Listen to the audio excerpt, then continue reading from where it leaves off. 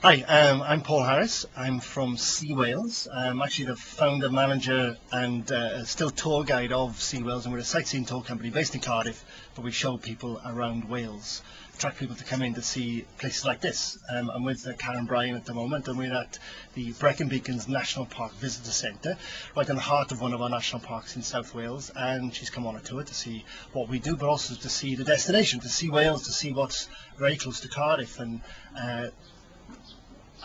making Wales a destination for people is something that's been very new to the people of Wales, really.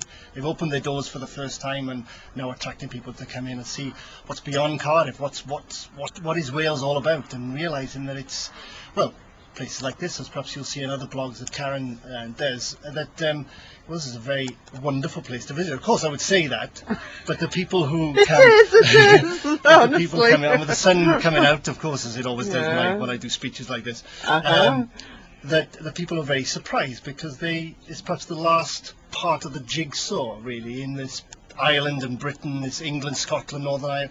Wales, what's this? Is this a part of somewhere else? No, it's not. It's perhaps the oldest part of the UK. It's the Welsh people are very proud of their history and cultural language, but realising that they have wonderful scenery as well and attractions for people to visit. So it's an easy job for me, and setting up Sea Wales and establishing seawales.com for people to readily see what we do and be attracted to come to Wales. It's been relatively easy because we've such a fantastic array of attractions and places to visit. A glorified taxi service, perhaps you could call us, but it's a lot more. So, what sort of proportions would you say the visitors you encounter, your clients, are they mainly British from other parts of Britain, or quite a few other Europeans, or even further afield from Australia, North America? Corner. It's every corner of the globe. I was so surprised that a couple of days ago we had a couple of girls from Vietnam.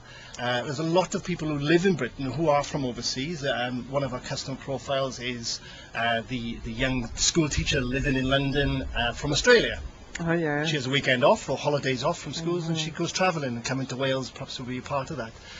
People from every corner of the globe, and we're almost putting a new pin in the map every week that are attracting people. And so, well, I mean, one thing that's come across to me in my blogging tour is, as ever, how many interesting cities there are to visit around the UK. And as is our wont as Brits normally, when we think of city breaks, perhaps think, Prague, Barcelona, Rome, this sort of thing, and we maybe don't think of visiting the cities in our own country, which, I'm not saying never go abroad, but perhaps we should think more about coming to places, because I'm sure that I read, is it only a couple of hours on the train from London to Cardiff? Yeah, 2 hours, so it's quite accessible, and then you've got plenty of airlines coming in as well, so it's really good because with Cardiff you've got all the attractions of the city, but then there's so much beautiful countryside, castles and everything that are fairly nearby. And it's very nearby. Cardiff, you can travel out of the city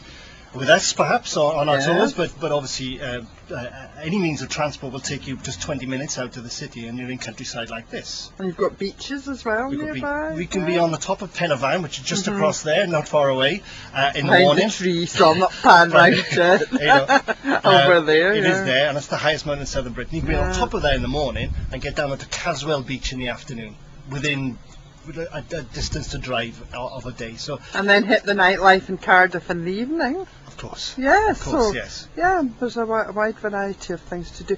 So, do you have, I know it's hard for you to say because obviously there are loads of fantastic things to do, but is there one thing outside Cardiff, maybe sort of countryside thing, small town, that you would recommend, or is it too hard? Would you have to give me 2 or 3, not just one? Well, I mean, I could probably give you 200 or 300. Yeah, exactly.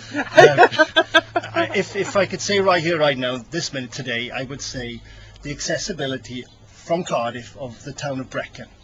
Right, which is in the national park itself. And so you could easily combine Brecon with coming out to the visitor centre. Yeah, exactly, and you could skip to the town, you can come up here, take lots of walks. The town is very interesting, a market town, ancient history, and lots of shops, a very attractive town, market town, with this countryside all around it as well, and that's easy transport from back and forth to Cardiff as well. Well, that's the next. I was actually going to ask you: is it a bus that you would get out? I don't think there's a train network, so that you could get pretty frequent buses if, say, you came by train or flew into Cardiff. Yes. Then, if you were here for 2 or 3 days, you could do a day trip, and then you could. I did see a bus stop outside the national park, so you could get a bus from Brecon up here. So it would be possible to do if you didn't have your own car. Yes. But of course, if you went on a tour, then you could see a few places in a day. you can do, that's the attraction of doing a sightseeing day tour, where the driver is the guide on our tours, and they take you on a number of places a day, which you find very difficult to do in one day.